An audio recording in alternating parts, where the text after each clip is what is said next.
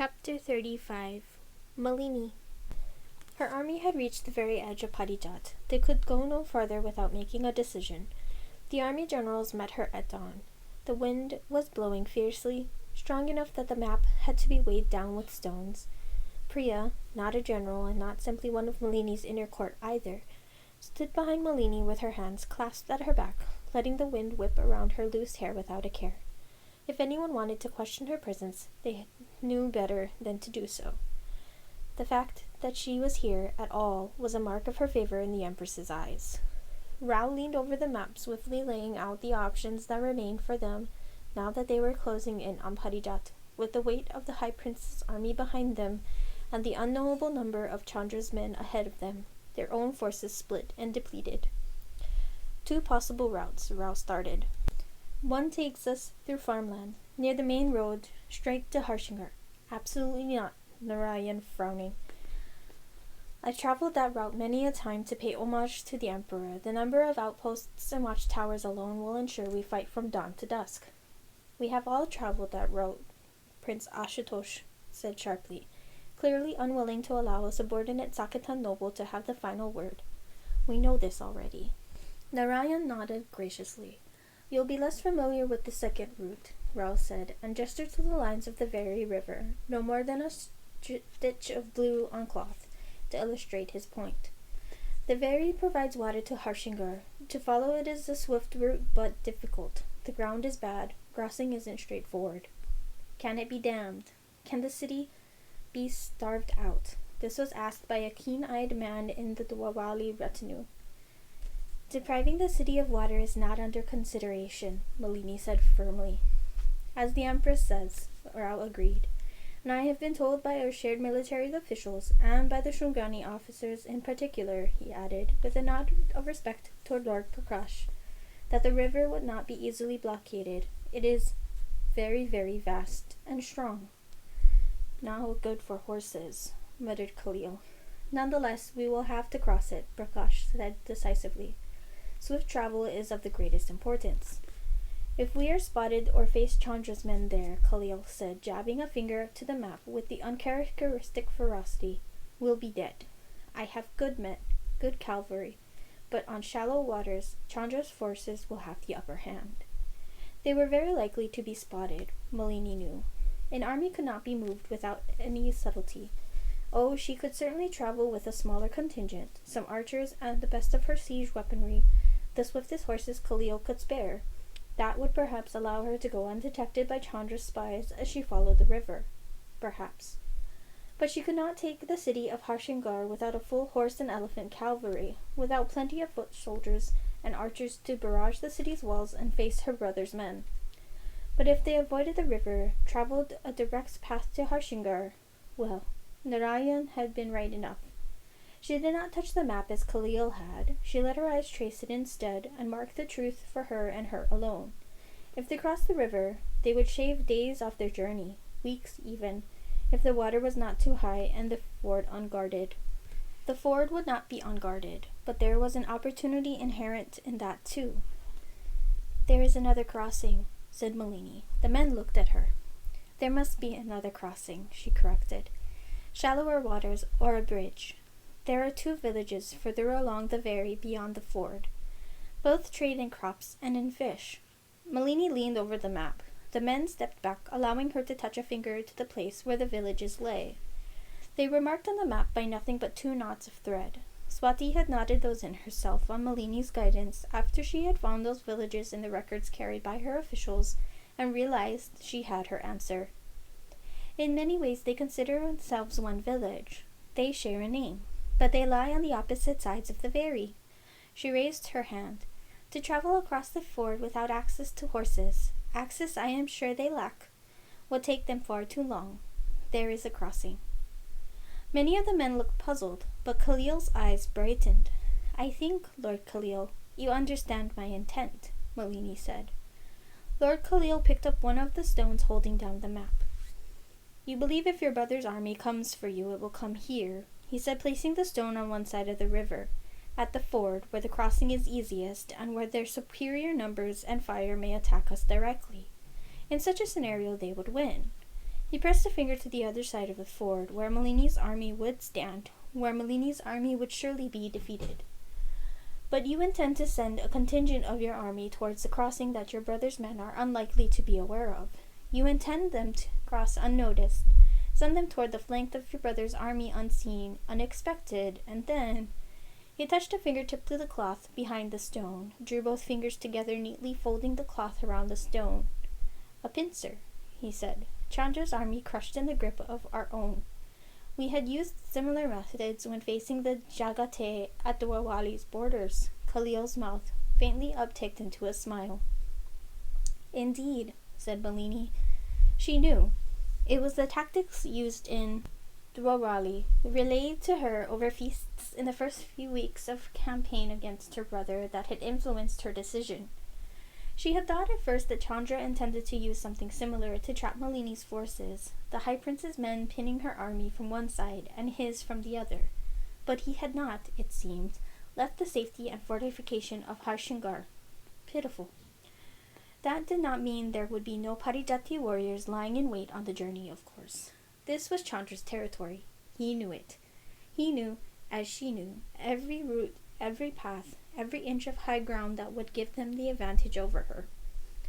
But Chandra would not have thought of the villages, linked by a shared name and the opportunity they offered. Chandra had never had to look for home and power in the smallest things, in the dregs that were barely worth marking by eye, by record, by map, by memory. It would be a risky path, another lord murmured, if there's no crossing to be found. If there's no crossing, we may fail, Malini acknowledged. If Chandra has forces prepared and waiting, blocking both sides of the ford, we may fail. There is always a possibility. You are seasoned warriors. I cannot and will not lie to you. But, my lords, I have the will of the mothers on my side. I have the best of Parijatvipa's royalty on my side. Fate is on our side. We will not fail. They continued their journey, days and nights of desperately swift travel, lumbering across Parijat, through fields and villages, past watchful villagers. Night fell, and though they were close enough to the Vary to hear the rumble of its waters, they took advantage of the defensible terrain, high ground, ringed by trees, to set up camp and rest. A scouting party relayed to Malini and her council exactly what Malini had expected to hear. There was an armed force watching the ford, smaller than what would surely have faced them on the main road to Harshingar, but still nothing to be scoffed at. Her gambit would have to work. While Malini waited for her tent to be erected, she met with Lady Razia under the star-flecked sky. Malini was wrapped tightly in a shawl, but Razia was dressed only lightly, too used to Dwawali cold to be disturbed by Parijati's mild nighttime cool. My husband and I will accompany you to the ford, Lady Razia said, by way of greeting. I will gladly face what comes next with you at my side, said Malini. You and your archers. Do you have faith that my guardswomen will protect you, die for you if need be? Razia's gaze was fixed on Malini, assessing. Because if you do not, Empress, you must train your own. You must have people you can trust. I trust you, Malini said. She did not say wholly, not completely, but wasn't it enough that she had learned to admire and rely upon Razia's strength, just as she relied on Lata's clever mind or Ralph's faith? Or the small, flickering light of Deepa's ambition? I am grateful for the friendship you have given me. Razia nodded. When your throne is won, she said, I look forward to seeing the vows that formed our friendship fulfilled. Later, in her tent, Malini went through her evening rituals, preparing for bed, forcing her racing mind to calm. When all was complete, she sat on her bed and waited in the darkness. She heard Priya's voice long before she heard a single footstep. Zima's gone somewhere with Lady Razia's women again. Voice pitched low. Now Malini could hear Priya's footsteps, each one a scuff of noise against the tent floor, marking her path. No one saw me come here. You're very good at being invisible when you choose to be, Malini said, fondness bleeding into her voice. Priya kneeled by Malini's cot. The light was so muted here that Malini could barely see her, but she was keenly aware of the presence of Priya beside her. The dark shadow of her hair, the breadth of her shoulders, one strong calloused hand pressed to her bedding, fingers curled. "You asked me here for a reason, Malini. Aren't you going to use me?" A breathless feeling moved through Malini, a bloom that was all heat. Priya must have seen it in her face, because Priya's breath hitched. She heard the rasp of cloth as Priya uncurled her fingers and pressed her hand flat to the bed, fingers outstretched. Malini wondered if Priya's skin was flushed. If she leaned forward and pressed her hand to Priya's cheek, she would know. She wanted to reach out. Her own hands ached sweetly with the urge. "You're asking about the battle ahead," Malini managed to say. A pause, then Priya exhaled, almost another laugh, but not quite. "Yes," she said. "Why not?" "Come and sit next to me then, and we'll talk." Malini moved to the side so that Priya could sit on the bedding beside her, so Malini could lean forward and reach in the dark for the supplies she always kept at her bedside. Oil lamp, wick, flint for a flame, a ledger full of cramped writing. "You have your flaws," Malini said, trying to remember herself. "There are things you're not the best suited for. The politics, the games. The very things that exhausted Malini too, for all that they were her strength, her version of war that never seemed to cease. I knew that when I asked you to come, but I thought it worth the risk. I needed an ally I could trust, and I needed an ally stronger than any other. I still do." "You have many allies, Malini," Priya said quietly. "I am no better than any of them. You're the only one who has everything, all my trust. Surely you know it." "False modesty doesn't suit you, Priya. And you must know my allies are... I've always known that one ill wind could send them scattering, and what happened in Saketa, the fire, was very ill indeed. It will grow worse from here. We cannot avoid battle before reaching Harshingar, and when we reach Harshingar, if we reach Harshingar... You've grown stronger, haven't you? Magically." Priya said nothing. "I saw what you could do in Ahiranya before you had your full gifts. You don't need to pretend." She had heard of what had happened to Chandra's soldiers when they'd attempted forays into Ahiranya too. The thorns gouging them open, the nooses of vine. "When Chandra sends his forces against us, my own army will suffer great losses. We're not at full strength. He splintered us in two, cleaving us between Saketa and Parijat. And how bitter that was, the knowledge that Chandra had done something right. We'll be further splintered when we move across the Vary, but Priya, you are a weapon he cannot defend against. He will not expect you, because no one who serves me, no matter what they claim, understands what you're capable of. So I would like to keep you in reserve, to have you ready for Harshingar.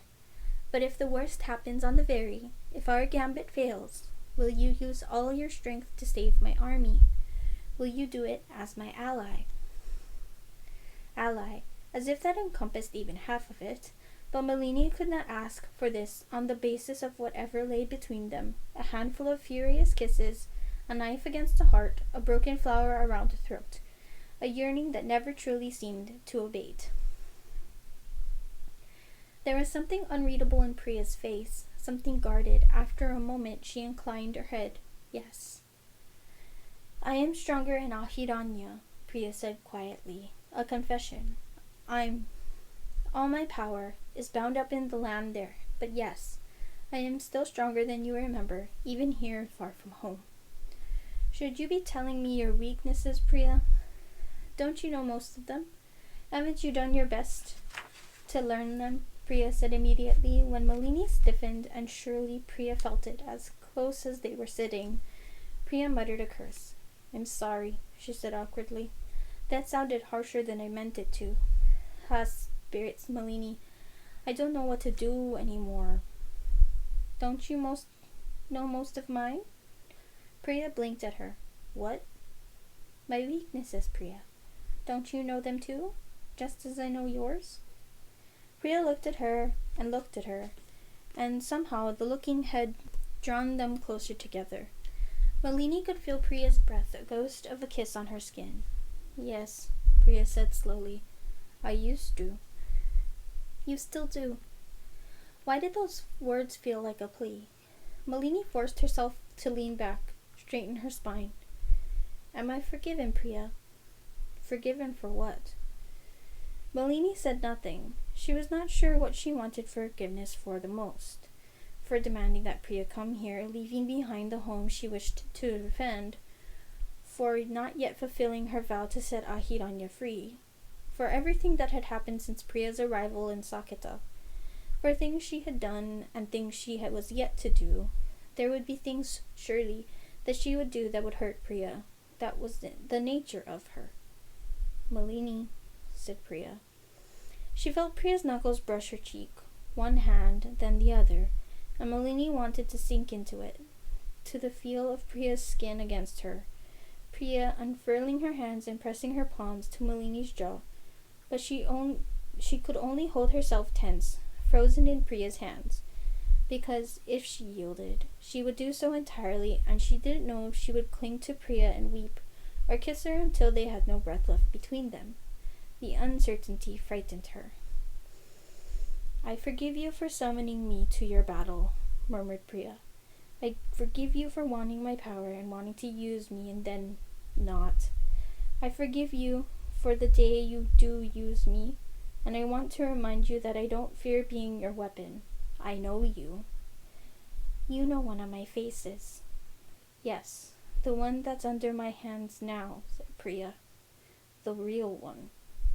Priya didn't hate her then. How foolish, how terrible that Malini had come to that point where it mattered to her so very much that Priya did not hate her. That on some level, in some way, Priya's heart was still hers.